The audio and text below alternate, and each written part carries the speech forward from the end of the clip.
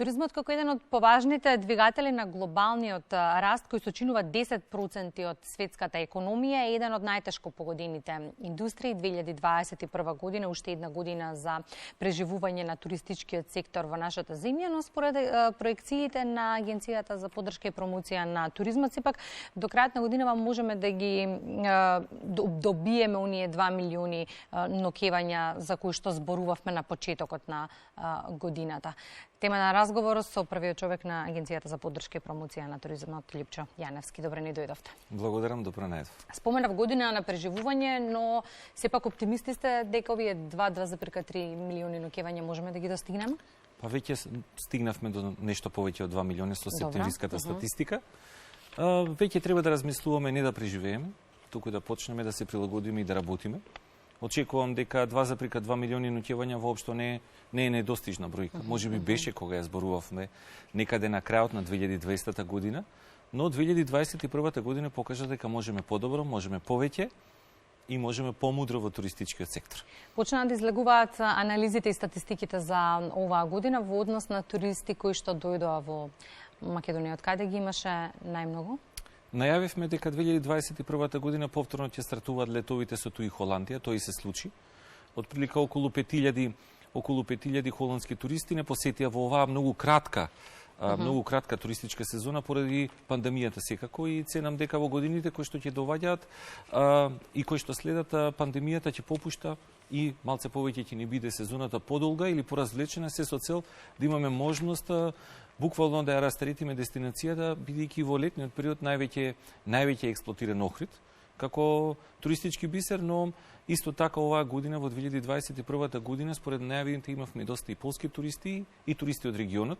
Всушност, оваа година се појави еден друг можеби да кажем и проблем, затоа што поединечно одредени земји одлучуваа како нивните туристи или нивните граѓани од кога ќе се враќат од одредена дестинација ќе бидат третирани. Всушност, полските туристи покрај тоа што бевме ние во зелена зона во скоро 2 месеци, од кога ќе се вратеа во нивната земја, мораа да остануваат по 10 дена во карантина ако не беа 2 пати вакцинирани. Всушност, тоа ги спречи поголем број на полски туристи да ни допатуваат со чартер летовите, но сепак се радувам бидејќи Македонија како дестинација беше оваа година на картата на странските туристи.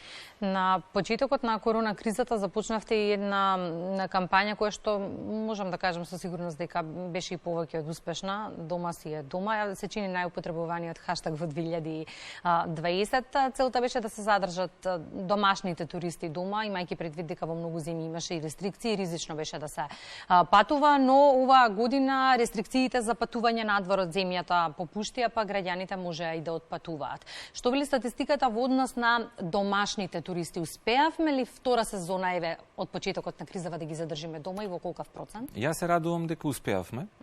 Од прилика околу 60 до 65% од вкупниот број на туристи кои што оваа година сме регистрирале се домашни туристи и од прилика толку и броиме со бројот на ноќевање генерирани.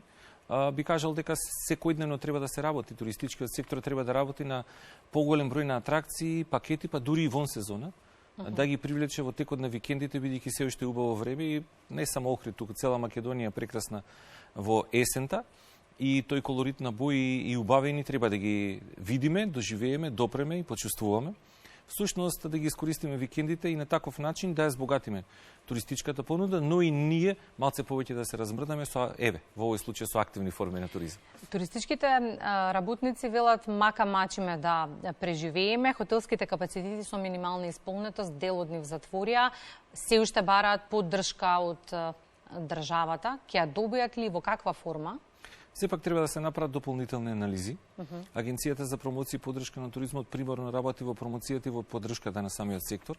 Всушност, тоа што е потребно во овој период е сите заеднички да искочиме најверојатно со некои одредени мерки кои што ќе помогнат и ќе ублажат празниот период во туризмот, бидејќи 2019 година се карактеризираше со долга сезона. Почнуваше некаде од средината на април, завршуваше длабоко во октомври месец, за разлика од 2020 каде што воопшто и не беше возможно да се патува или да чекаме странски туристи, освен регионалните кои што беа во така наречените зелени зони, кои што благодарение на агенцијата и на владата од 3 земји се овозможи. Всушност и отворениот Балкан еден поголем предизвик за туристичкиот сектор, бидејќи веќе, ја би кажал, и туристички ние многу одамна сме ги избришале границите, бидејќи за нас не постојат територијални препреки, туку всушност дестинациите се движат до таму до каде што сакаме да патуваме.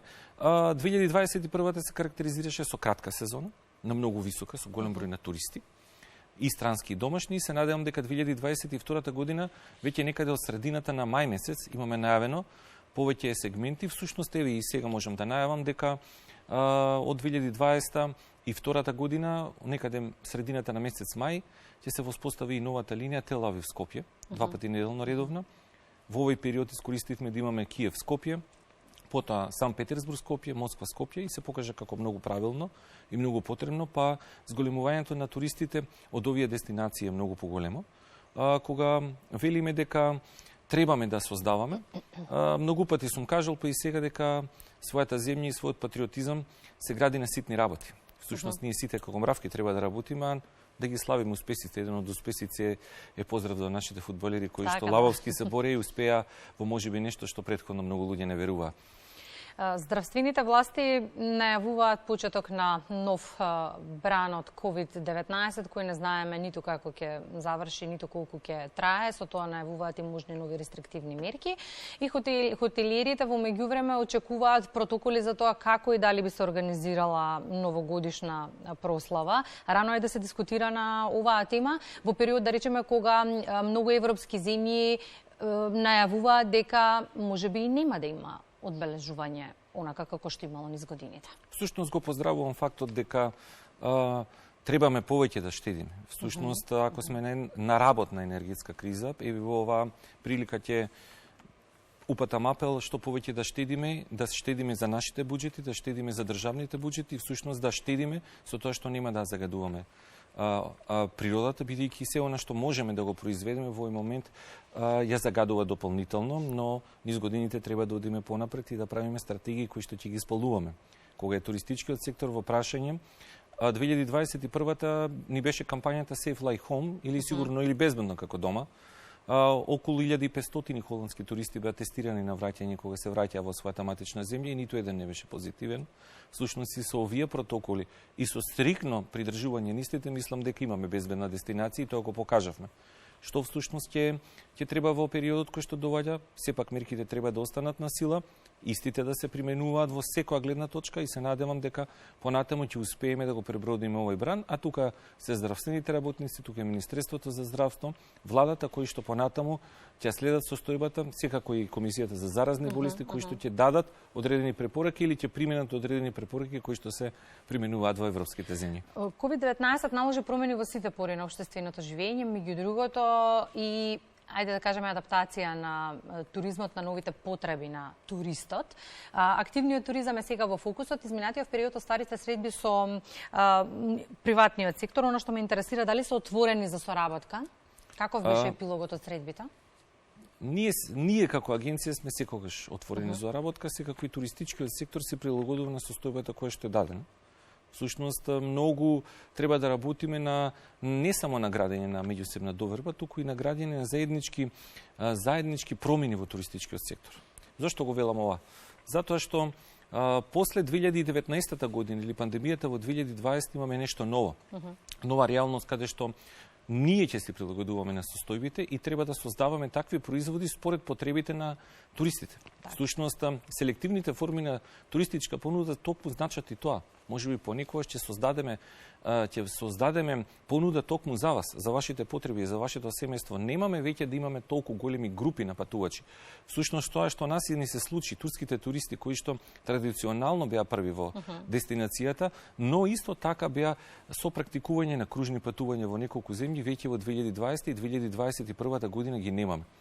Тоа што треба да го направиме, тоа што треба да го мотивираме, тоа што треба заеднички да работиме за такви дестинации, да создадеме 3, 5 и 7 дневни аранжмани, но аранжмани кои што ќе бидат динамични, аранжмани кои што ќе ја покажуваме Македонија на многу поразличен начин. Всушност, активни форми или секојдневни дополнителни екскурзии кои што на туристите ќе им дадат уште повеќе жар да истражуваат и поголема секако просечен престој во дестинациите, но и зголемен, да кажеме, зголемена потрошувачка на истите. Всушност, ако ги гледаме 2019 и 2021 година, првата половина од годината, не се разликуваат нешто многу во приливот од туризмот. Всушност, ние имаме помал број на туристи, но туристи може би малце поквалитетни, туристи на кои што им нудиме различни атракции, па така и потрошувачката од туризмот или тоа што се слева во касата ни од прилика слична со 2019, кога зборувам за 2021 година во првите 2 квартали. Но мора секако да споменеме дека почетокот на корона кризата ги извади и недостатоците во туризмот на Веделина и многу од нашите туристи меѓу другото реагираат дека цената која што се плаќа, да речеме, треба да соодветствува со понудата која што ја добиваат, а не сите туристички работници се расположени и отворени да менуваат. Сега тоа е една втора страна на медалот.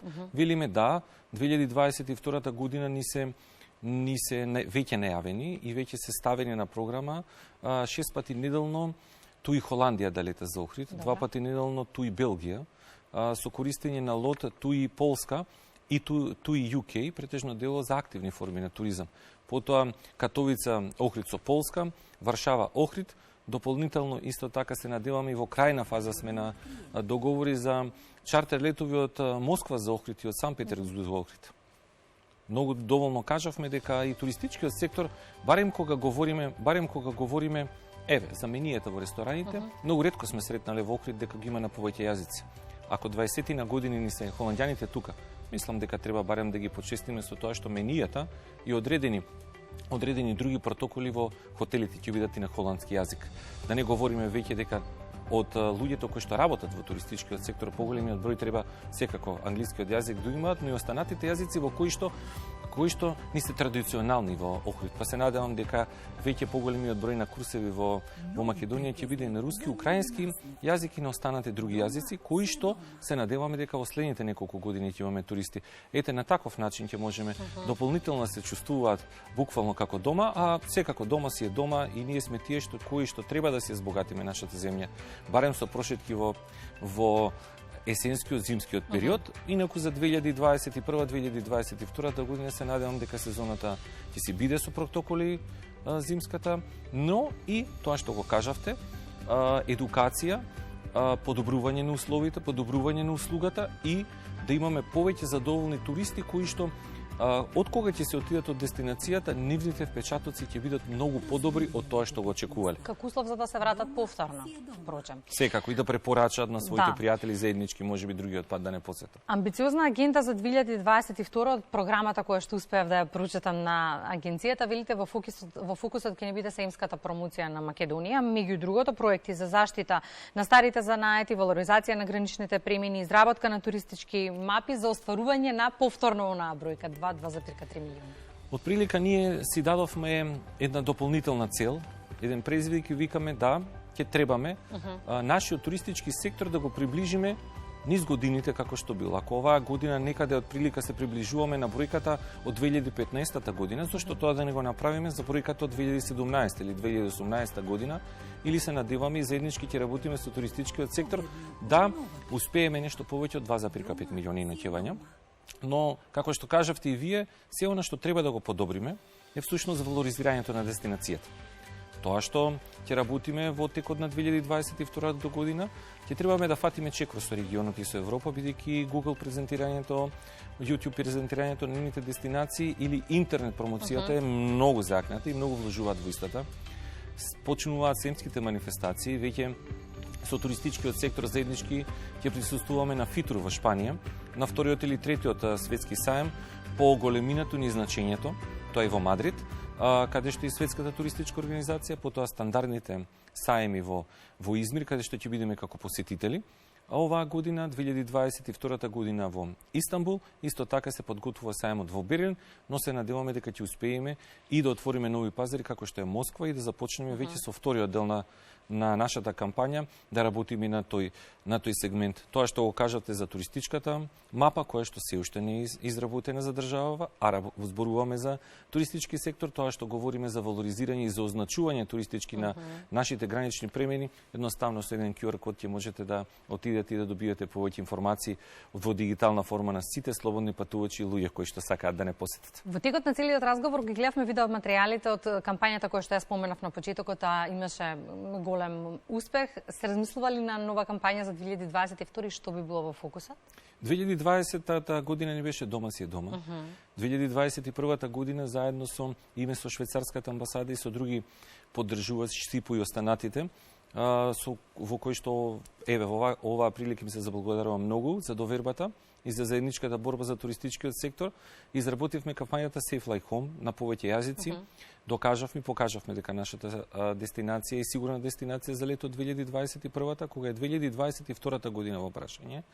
Во зависност од буџетот кој што ќе го добие Агенцијата за промоција и поддршка на туризмот, имаме предвидено и за прв пат туристичко брендирање на дестинацијата, туристички слоган, одредена комуникативна стратегија, што треба да работиме, како треба да работиме, да го подигнеме тоа на национално ниво, секако да помогнеме во стратегијата која што треба да се изработи за туризмот, но и дополнително да креираме нови промотивни материјали, нови промотивни канали, исто така ребрендирање комплетно на Норд Македонија Таймлес, а исто така ако сме во можност и ако имаме доволно средства, уште повеќе проекти кои што се надевам дека се оствариле за 2022. И се надевам ќе бидат причина повеќе за следни гостувања. Благодарам за денешното. Благодарам и на вас.